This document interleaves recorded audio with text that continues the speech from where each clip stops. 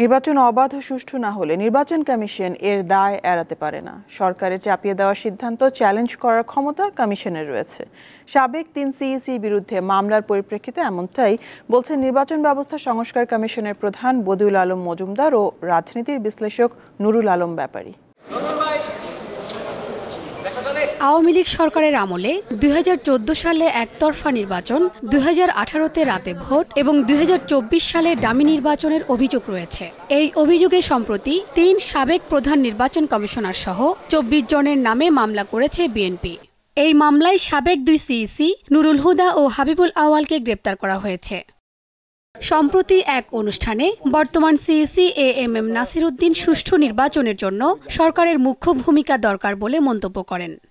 একটা ইলেকশন করতে গেলে যতই আপনি স্বাধীন বলেন না কেন ইসিকে, সরকার ছাড়া নির্বাচন করা সম্ভব, কারণ সরকারের সহযোগিতা নিয়েই তো আমাকে নির্বাচনটা করতে হবে।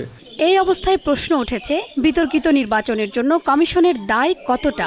সরকার না চাইলে যে সবচেয়ে শক্তিশালী, সবচেয়ে কার্যকর, সবচেয়ে নিরপেক্ষ নির্বাচন কমিশনের পক্ষেও সুষ্ঠু নিরপেক্ষ নির্বাচন করা সম্ভবপর নয়, এটা সঠিক। কিন্তু সেই ব্যক্তিদের সিদ্ধান্ত গ্রহণের সুযোগ আছে।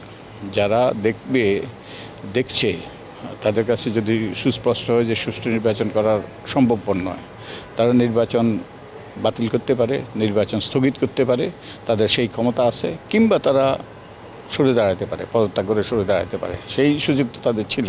তারা এই ইনস্টিটিউশনটাকে তোয়াক্কা করেনি কোনো, অর্থাৎ তারা প্রকৃতপক্ষে নির্বাচন হোক বা না হোক সেদিকে তারা তাকায়নি। তারা তাকিয়েছিল কিভাবে ক্ষমতাকে কুক্ষিগত করে রাখা যায়।